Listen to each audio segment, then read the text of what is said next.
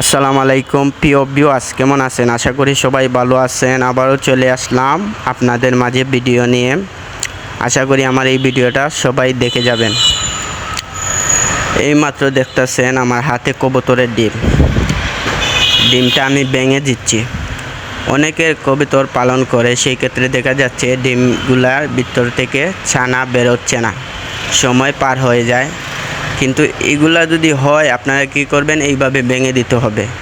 কারণ ডিমের সময় পার হয়ে গেলে দেখা যাচ্ছে ডিমের ভিতরে বাচ্চাগুলা মারা যাচ্ছে, বেরোতে পারে না। অনেক কবুতর আছে বের করতে পারে না, সেই ক্ষেত্রে আপনারা নিজে ভেঙে দিতে হবে। আমার 19 দিন হয়ে গেছে, পাই বেরোচ্ছে না, আমি বের করে দিছি। এই দেখেন আপনারা, আলহামদুলিল্লাহ কবুতরগুলা ছানাগুলো আমি বের করে পেরেছি।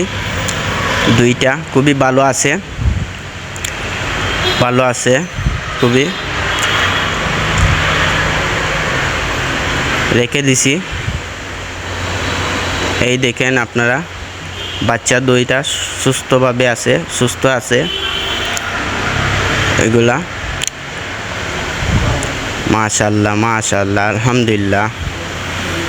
এই দেখেন আরেক জোড়া কবুতর, এগুলাও আমি ডিম ভেঙে বের করে দিছিলাম। বাচ্চাগুলা আমি ভিডিও আপলোড দিছিলাম। এগুলা শাটিং কবুতর। বাচ্চাগুলা কেমন আছে দেখি। হ্যাঁ, 3 দিন হয়েছিল। 3 দিন আগে আমি বের করে দিছিলাম ডিমগুলা। আলহামদুলিল্লাহ খুবই সুন্দর, ছানাগুলা সুস্থ আছে, ভালো আছে, খুবই বড়।